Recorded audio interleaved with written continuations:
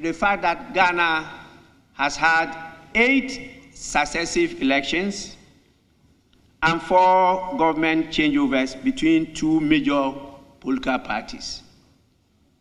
We say multi-party democracy. We don't say a duopoly. And so we have to look at how come that we have gone down from multi-party to a duopoly. We must be mindful of our current economic challenges and work towards a common goal to address what is before us. Nobody can benefit when the economy collapses. We cannot also sit unconcerned. Mr. Speaker, we can also not underestimate the reaction of our people. It is time to re-engineer our constitutional architecture to conform to today's realities. We need a constitutional order that frowns upon winner-takes-all syndrome, a new constitutional order that will ensure gender equity and, in many respects, equality. We need a new constitutional order that will prevent the constant increase in the number of seats in Parliament. We need a new constitutional order that will put a cap in the number of ministers of state. A new order that will ensure that the Speaker of Parliament is a serving member of Parliament. A new constitutional order where the Auditor General will respect the fact that he is a tool for Parliament in the performance of its functions, the oversight functions, and therefore cannot unilaterally exact and prosecute surcharges, and even before submitting his reports to Parliament, find a way to leak the recommendations to the general public. Right. So maybe I start with Professor Gyampo on this note. This Parliament, we lost Professor Gyampo. Okay, let's start with Professor John Osai-Kwapong. What do you say about this Parliament? Is there anything to celebrate for 30 years of the Parliament? Yes. Many will say our parliaments are run from the presidency because it's majority rule and the majority must go by what the presidency wants. Right. I mean, you do see strong party discipline where the majority party rarely breaks with the executive on major policy issues, on major policy decisions, on budgetary issues, things like that. I have always argued that, yes, I know that by design, we often say that we have a very strong executive vis-a-vis the way we've designed the institution of Parliament. I have always argued that strength sometimes always also comes from the extent to which the powers that you are vested with is exerted. But the political reality is that it is very difficult, and Ghana is not unique in this situation, right? But you tend to see in presidential democracies, in presidential systems, and even sometimes in parliamentary systems, it's always very difficult because of party loyalty and party discipline to be able to see a majority party going together with the minority party to really hold the executive, quote unquote, either accountable or to provide really strong oversight over the executive.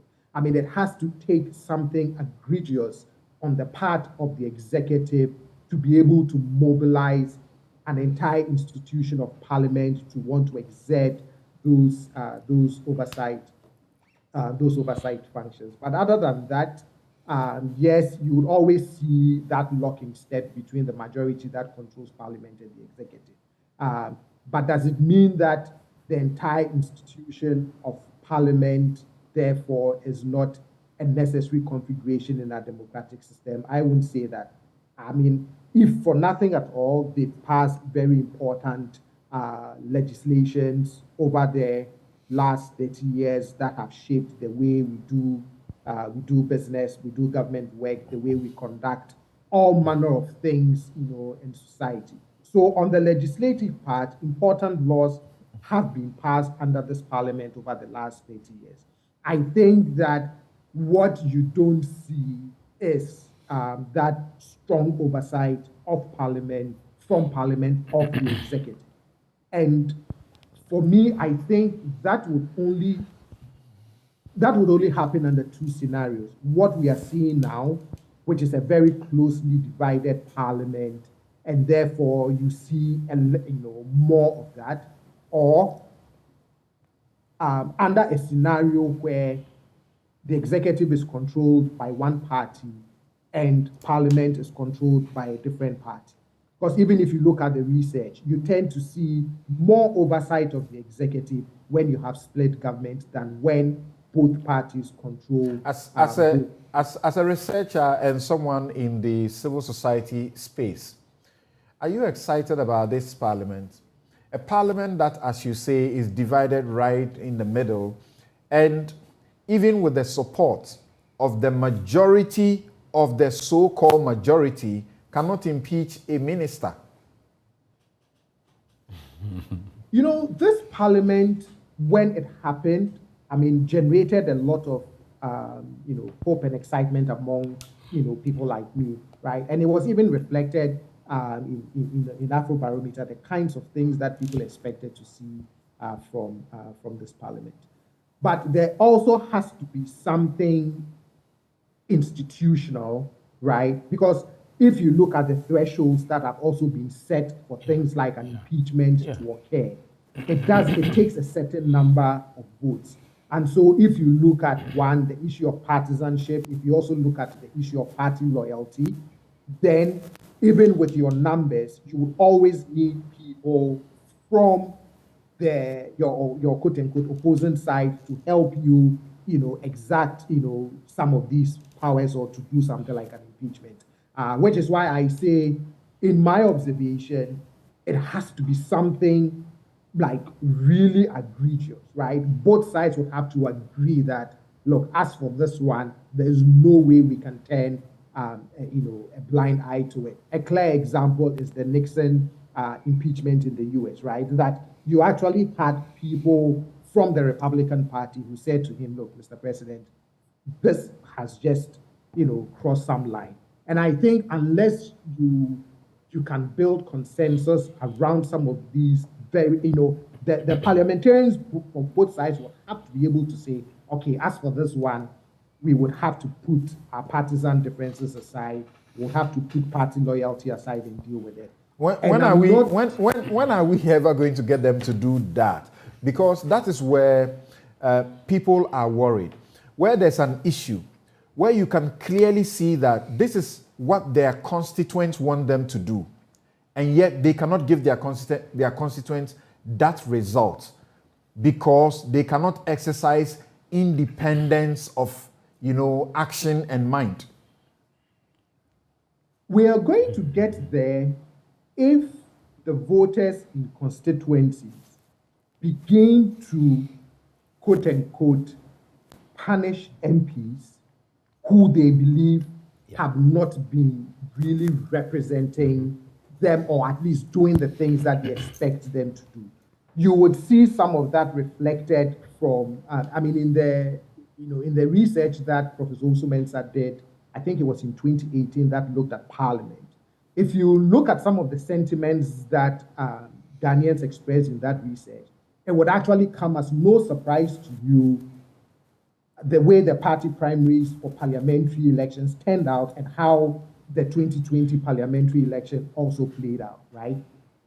At the same time, it's also for no reason that when you look at the trend in Afrobarometer on a question of how often MPs listen, you would see a very low percentage of respondents who say their MPs listen very often, right? So all of these things, for me, the only way that I see, or the key way that I see some of this being changed, is voters being able to exercise that, we would vote you out or we would vote you in by paying close attention. But at the same time, if you look at Afrobarometer again, Very few people do say that they contact their MPs on a regular basis on matters of public policy or on matters of public problems. So it's a very complex situation, but I think ultimately the ballot box would be one of the ways to cure this ill of that lack of strong oversight from Parliament over the executive. Okay. Professor Jampo, I hope we have you back on. PC Apia-Ofori did what the people wanted, going against his party to exercise independence of thought and to criticize the party when it was necessary. He suffered for it. Tei Nyauno, is he? Yes. Also suffered, was punished rather for speaking up where the public expected that some people would speak up. So isn't this the parliament you have, that they must act in group or else you suffer if you exercise independence? And how should we be celebrating such a parliament?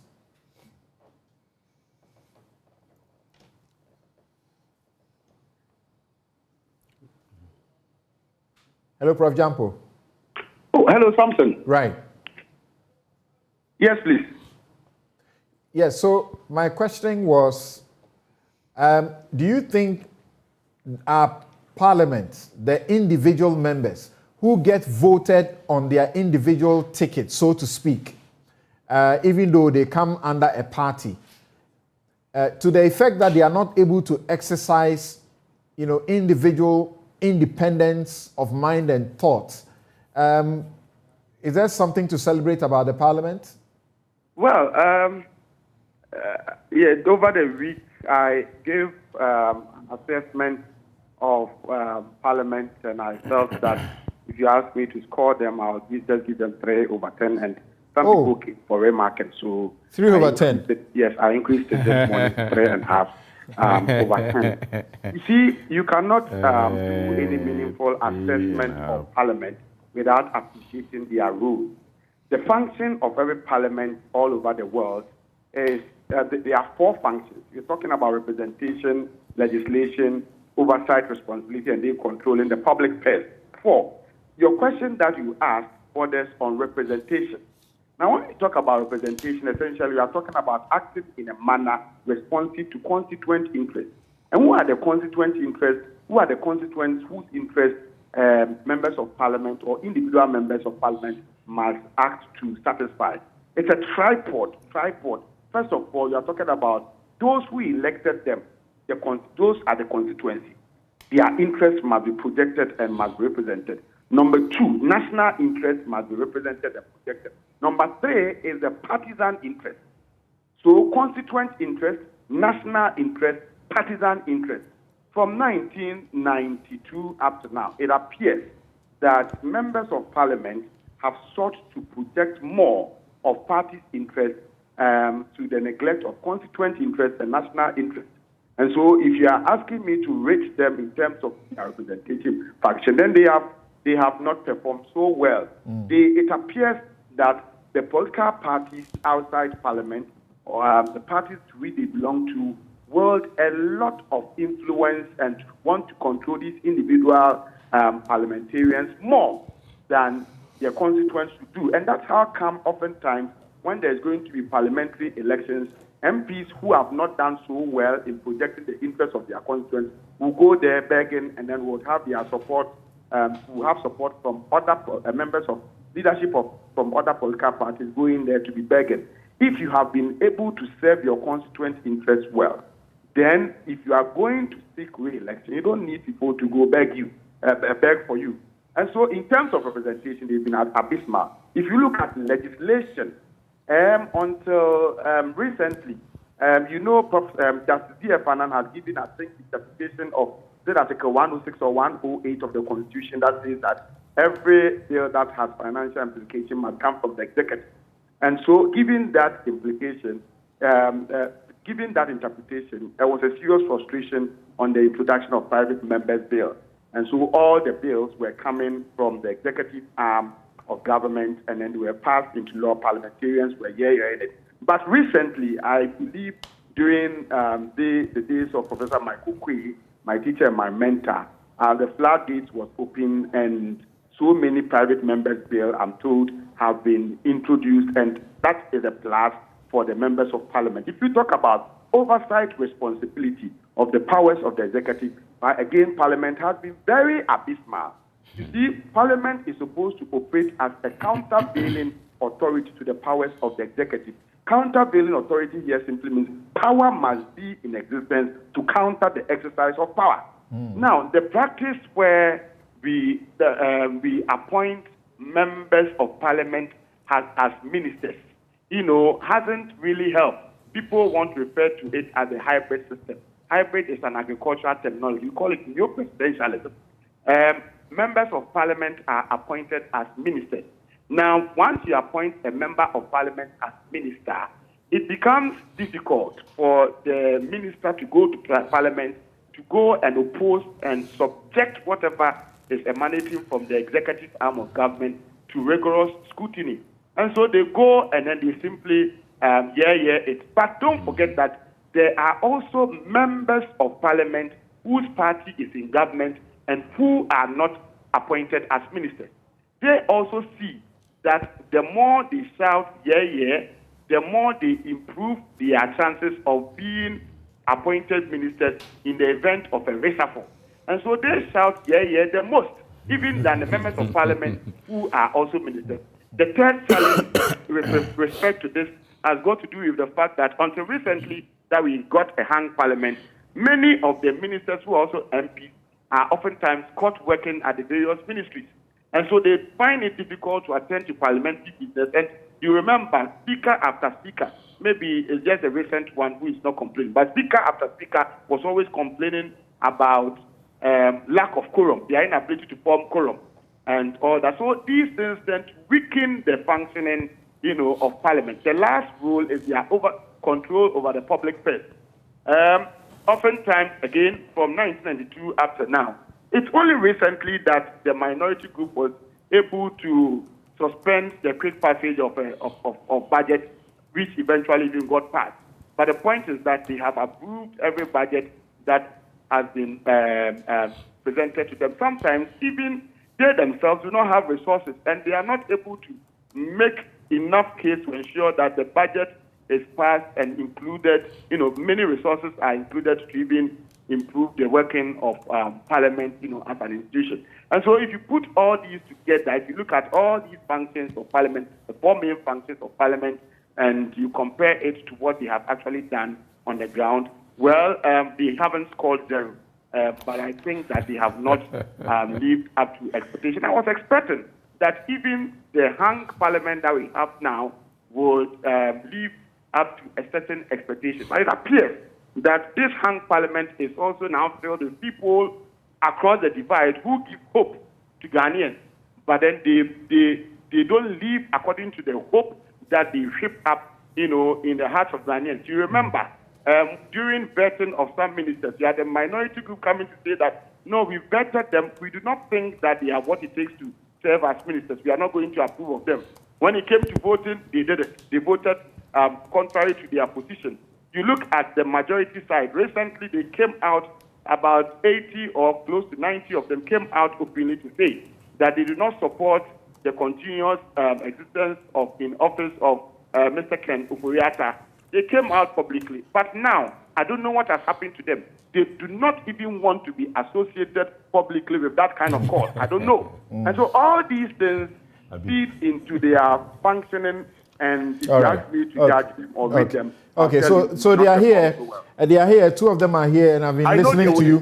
They have been listening to you, and I can tell from their posture that they are not excited at all about what they are hearing. I've seen them writing so many things. Right. So Dominic, the thing is that people have sought to look at some of you like the caliber, the pedigree of an individual that you are, a professional that you are, and you go into parliament and you must be whipped in line even if you disagree with a party position. And that's how they look at it and say, this parliament, not this 8th parliament, but the parliament has not served us well. Yeah, I think it's a very difficult position that every parliamentarian finds, himself or herself. As the learned Professor Jampo has, articulated, and I think Dr. Osei-Kwapong also made the same point. The functions of Parliament are multifaceted. In the Constitution, you can find the oversight role, the lawmaking role, the debate and deliberation, and then representation. As Professor Jampo has made very clear, there are a number of interests that MPs represent. Of course, the national interest is there, and the Constitution is very clear that the powers of government, including those of Parliament, must be exercised, in the interest of the people of this country. Then also you have the partisan interest, and that is something I think you are talking about. Usually, every party comes to an election with a position on many issues, whether you're talking about social policy such as health and education, you're talking about governance issues such as corruption, and so on. Every party comes to an election with a manifesto. And so when you go into Parliament, you are looking not only at the national interest, which is defined mostly by government policy that is brought to the floor. You are also looking at what your party's position is on a matter. Now, if you campaign like I did in 2020 on the back of a manifesto that my party published, and then my presidential candidate, His Excellency John Dramani Mahama, told the people of this country that if they gave him the nod to govern this country, these are the policies, the set of policies, and programs that he was going to implement, right? Won't it be utterly contradictory for us to now go to Parliament and say, though you have brought something that is contrary to what we stand for, we are definitely going to, support the position that you have taken on a matter, Be that as it may, sometimes when debate and deliberation takes place, and remember that in Parliament, what you see on the floor is the culmination of a lot of work that will usually have been done at committee, all right? So when committees build consensus on matters that have been brought before it, the committees will now come to the floor and articulate that consensus. And that is why you see that in terms of the oversight function, most of the time we would come together and say that we are approving a minister, or we are approving a loan, or we are approving, a justice of the Superior Court, a Supreme Court that has been brought, and so on. All right. But then the parties usually will have their own positions, as I've said, and they will whip their people, in line to be able to stand behind that position. And sometimes you may have individual positions that are different from that of your party. All right, but you are acting in the collective interest of the party, and remember that it is on the ticket of that party. Could you say, for example? Yes. And sorry, this is the area of my emphasis. Yes. But that is where I see also, and I can feed on the public sentiment, and I get disappointed. Flip the coin that the NDC wins in 2024. You form a government, and there is overwhelming public outcry that a particular minister must be sacked. The president doesn't do it. Then the NPP is in the minority. Then they decide that they will trigger impeachment. Right. Will you, as an individual,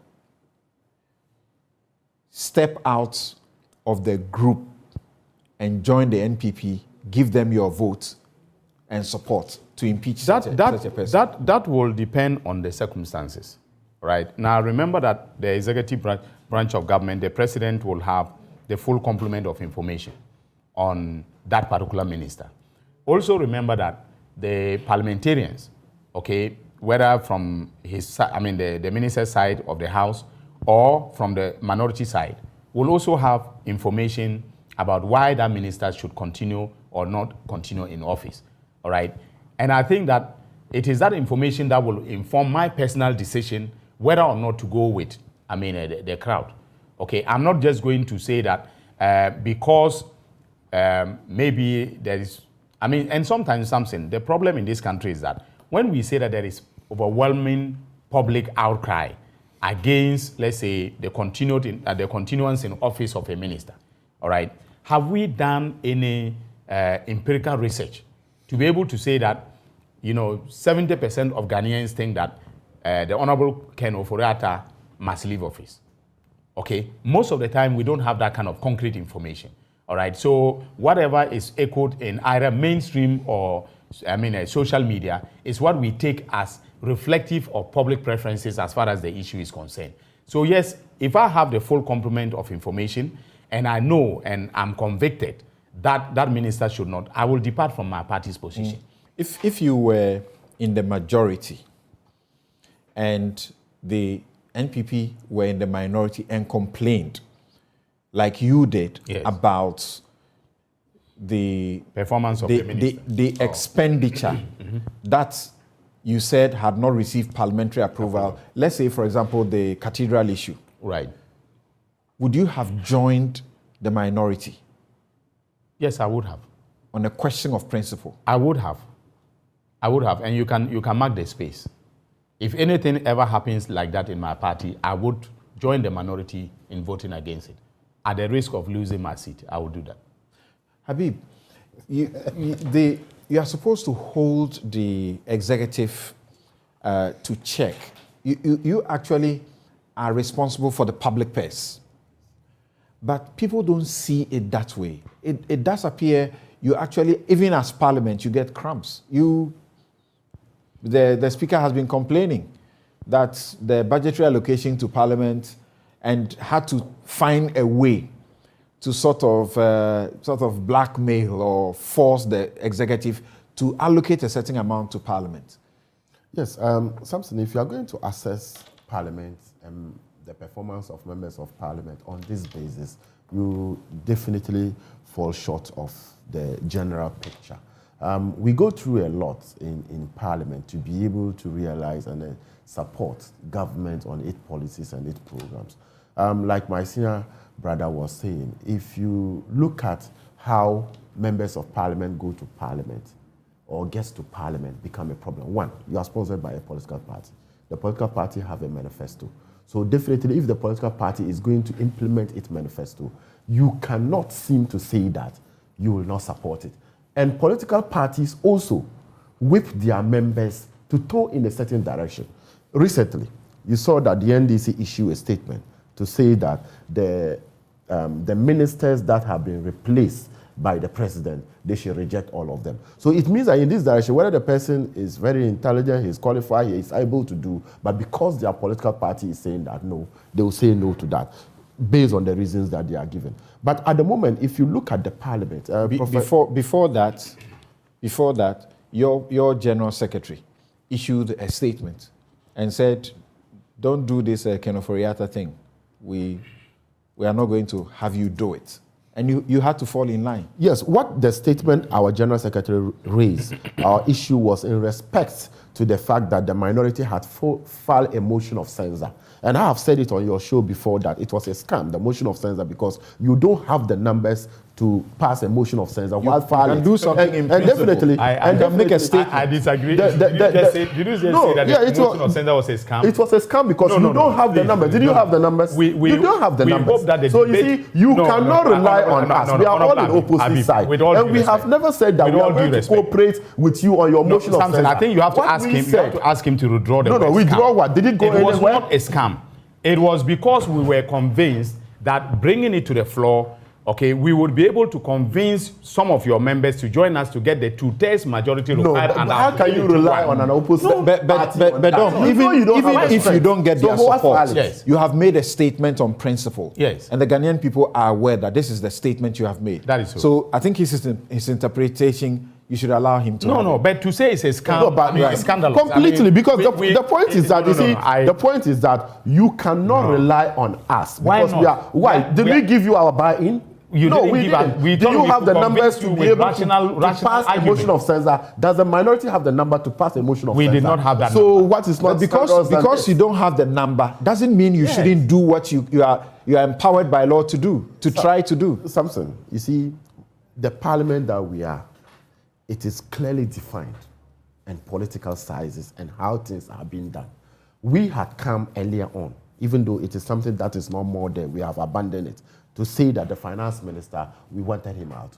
But we know we don't have the number. If they don't support us, we cannot. That's why we didn't file any motion of censure and issue that statement. People do protest votes. So what they know they won't win, but they do protest votes. Yeah. But when we go for the elections, there are people who vote for minority people. They know they won't win, but they still want to vote to encourage them. That doesn't make it a scam. Samson. So let's stay on the substantive point. So the substantive point here is that I think that Ghanaians and the statement made by Professor Jampo giving us about 3/10 is rather unfortunate. He said 3.5 over 10. Yes. So it's rather unfortunate. People like him who are into the political science department should help create more awareness on He's done research and importance on these subjects. Empower Parliament and be able to educate people. So if a person like his caliber is already downgrading us, that's about F in terms of the 10%.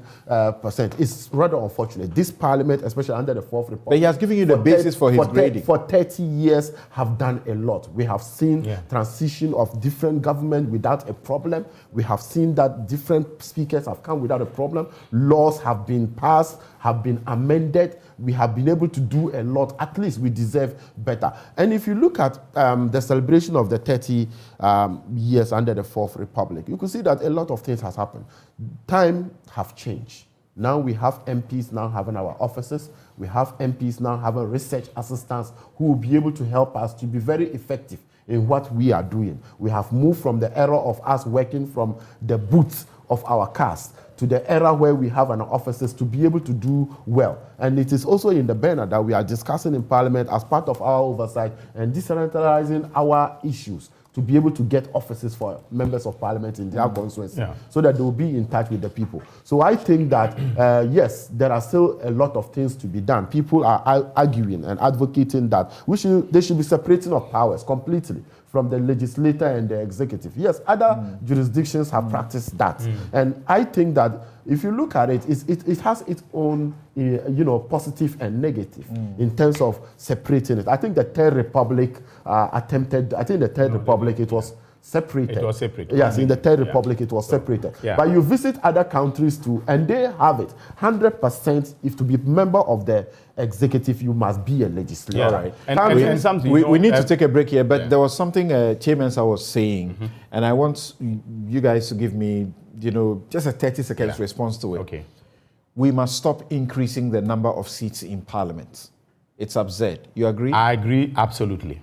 I agree. In fact, I think that we should look at redrawing the constituency boundaries in order to decrease the number of MPs. We should rather decrease We should go down to the minimum of 140 provided for by the Constitution.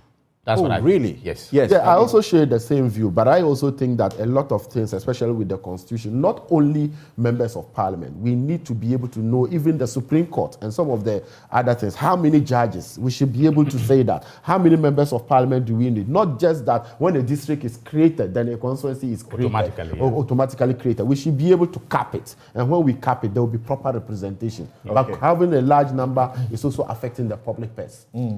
All right, I need your views, 30 seconds each on that, then we take a break and return, where I will get just about 2 minutes of your comments on the flag bearership race. Professor Osai-Kwapong, should Parliament numbers end here or even reduce? Yes, I agree with that sentiment. For my 20 seconds left, the thing I want to say about the performance of Parliament that the Deputy Majority Whip was responding to, I would strongly encourage him and other parliamentarians to reflect on this. So in 2005 Afrobarometer, 65% of Ghanaians approved the job performance of MPs. but you see a decline since then to only now just about 28% in 2022. So the question is, what is it that Parliament is not doing that is making Ghanaians begin to feel this way about that institution? That's such a fall. Yes, Professor Jampo, 30 seconds. We should stop this increasing, ballooning the numbers in Parliament, or we should even reduce it? Yeah, it doesn't make sense. Otherwise, one day we'll have to construct a stadium where members of Parliament will sit. We have to realign constituencies, review constituencies, and put some together so that we can even reduce the numbers. But let me make my point again that Parliament has not lived up to expectations. My good friend Habib is a very good friend. He is always challenging, defending everything, and I knew that he was going to raise issues with whatever I've said. But they should set up, and I think Ghana's fourth Republican democratic practice will not be truncated. I don't believe so, and so more room for improvement. All right. Thank you very much. We take a break here. We'll be right back.